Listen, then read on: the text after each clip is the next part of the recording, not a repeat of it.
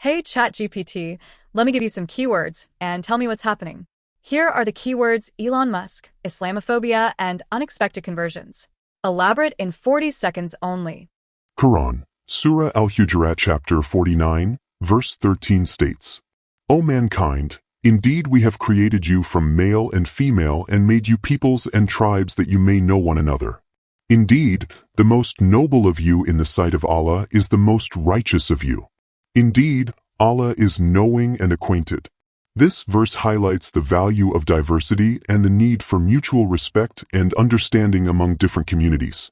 Clearly, Elon Musk has recently faced criticism for promoting narratives perceived as Islamophobic, particularly regarding his comments on grooming gangs in the UK, which have been linked to a broader anti-Muslim sentiment. Prominent Muslim scholar Omar Suleiman has called out Musk for spreading dangerous and dishonest tweets about Islam, suggesting that his rhetoric could lead to real-world violence against Muslims. This situation highlights a troubling trend where influential figures like Musk can inadvertently or deliberately amplify Islamophobic narratives, raising concerns about the impact of such discourse on societal attitudes towards Muslims. Unexpected conversions to Islam are occurring as a counter-response to these narratives, as people seek to challenge stereotypes and promote understanding. Thank you so much, ChatGPT. Let's dive deeper into this chapter together with Jack and Wilson. Hey everyone, before we dive into that, I was delving into my YouTube channel analytics and noticed most of you who watch my videos are not subscribed to the channel. Would you do me a huge favor, please, and hit the subscribe button? It really motivates me and helps the channel to grow so I can do more videos just like the one you're about to watch. So without further ado, let's dive in.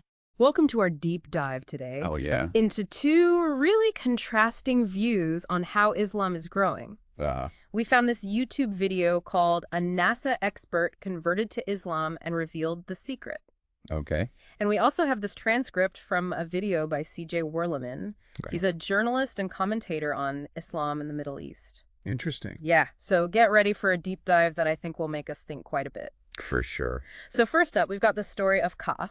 Mm-hmm. He's this NASA scientist. Okay. And he says that he converted to Islam because of something he saw Oh, wow. during Laylat al-Qadr. Laylat al-Qadr. You know about that, right? The Night of Power? Oh, yeah, yeah. Laylat al-Qadr. That's like one of the holiest nights in Islam. It is. It marks when the first verses of the Quran were revealed to the Prophet Muhammad. Right. So Muslims believe Yeah. that it's a night of, tons of blessings, and it's just really spiritually significant. Okay, so this Ka, he's like an expert, Yeah. in astronomy and astrophysics and all that.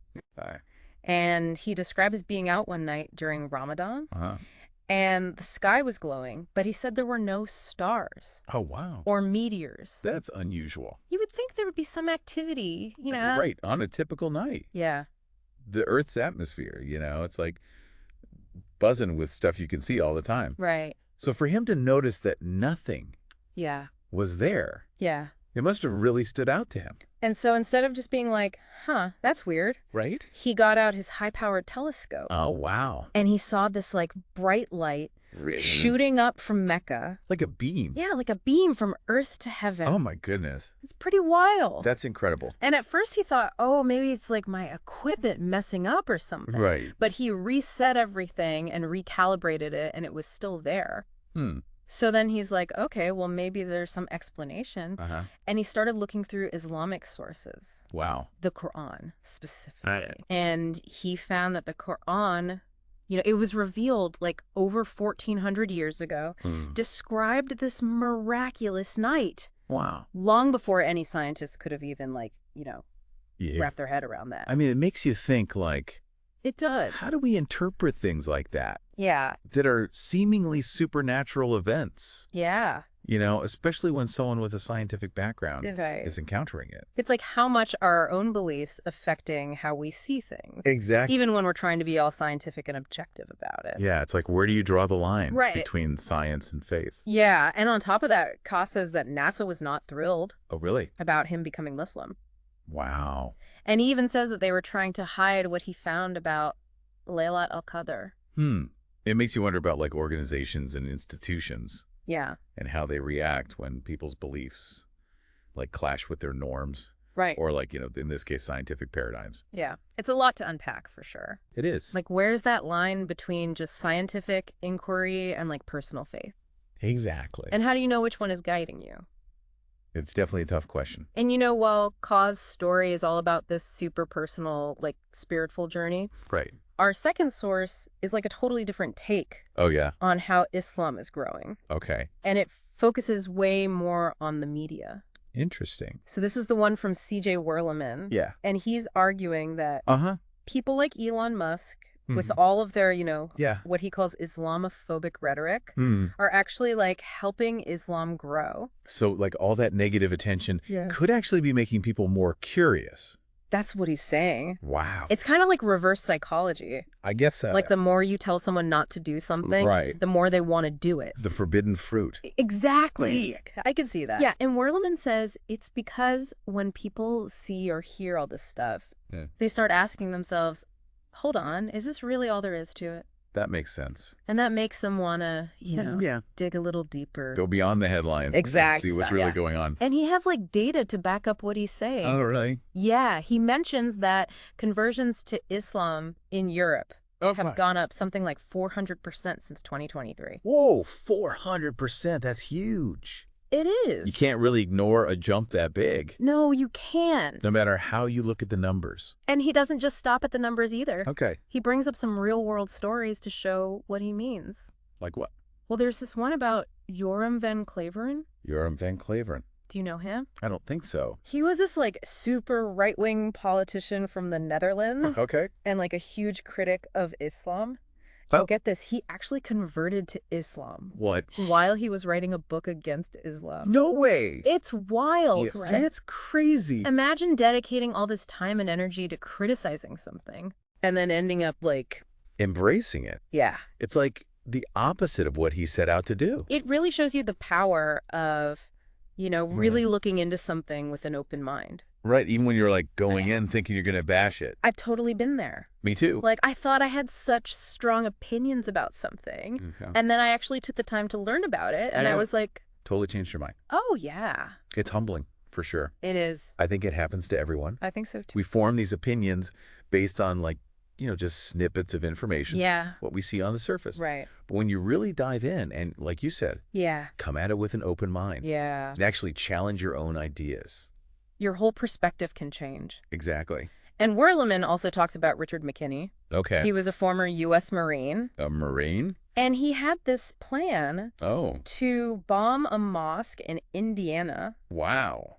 But then he ended up converting to Islam. Seriously. Yeah. That is a huge transformation. It's unbelievable, right? I mean, to go from planning an attack to embracing their faith. It makes you wonder, like, what could cause such a huge shift? It really does. It's like proof that people can change. Yeah, even when it seems impossible. Even after being so full of hate. It's like something clicked. Yeah, and he realized that maybe he was wrong. It really makes you think about how we form our beliefs. It does. And what it takes to, like, break free from those deeply ingrained prejudices. I mean, this guy was in the military. Right. They train you to think a certain way. Definitely. So for him to overcome all that is pretty remarkable. It is. It's like he had this breakthrough moment. And realized that understanding and empathy were more powerful than hate and violence. Okay. It's like we've got these two totally different stories here, right? Yeah. On one hand, we have Ka, this NASA scientist, whose whole world changes because of something he sees in the sky. And then there's Werleman saying that, like, all this negativity and criticism is actually bringing more people to Islam. It is kind of strange when you put it like that.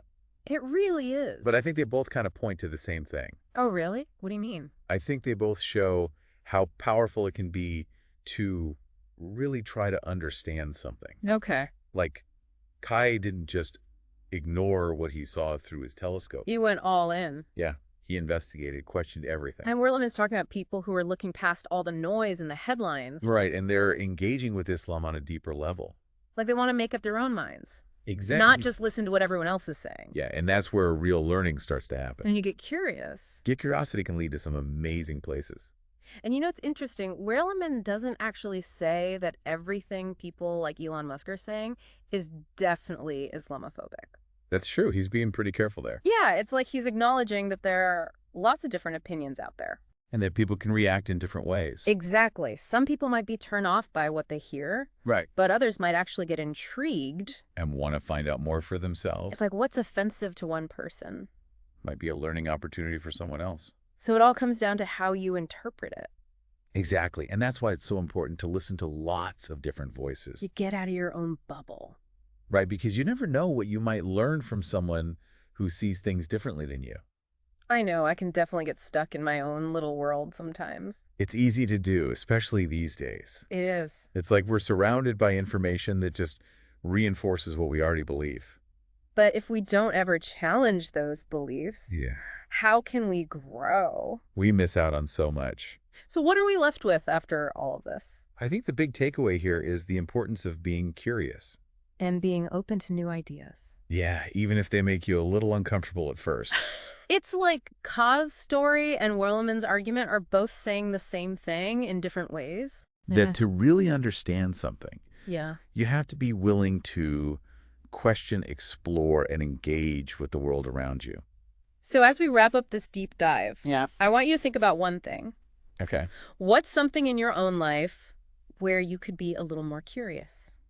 Ooh, that's a good one. What topic or perspective have you been maybe avoiding?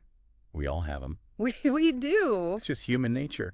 But maybe it's time to face those fears. And open ourselves up to new possibilities. Exactly, because you never know what amazing things you might discover. That's the beauty of it. So thanks for joining us on this journey into the complexities of Islam's growth. It's been a pleasure. We hope it's made you think a little bit differently. And inspired you to keep exploring. See you next time.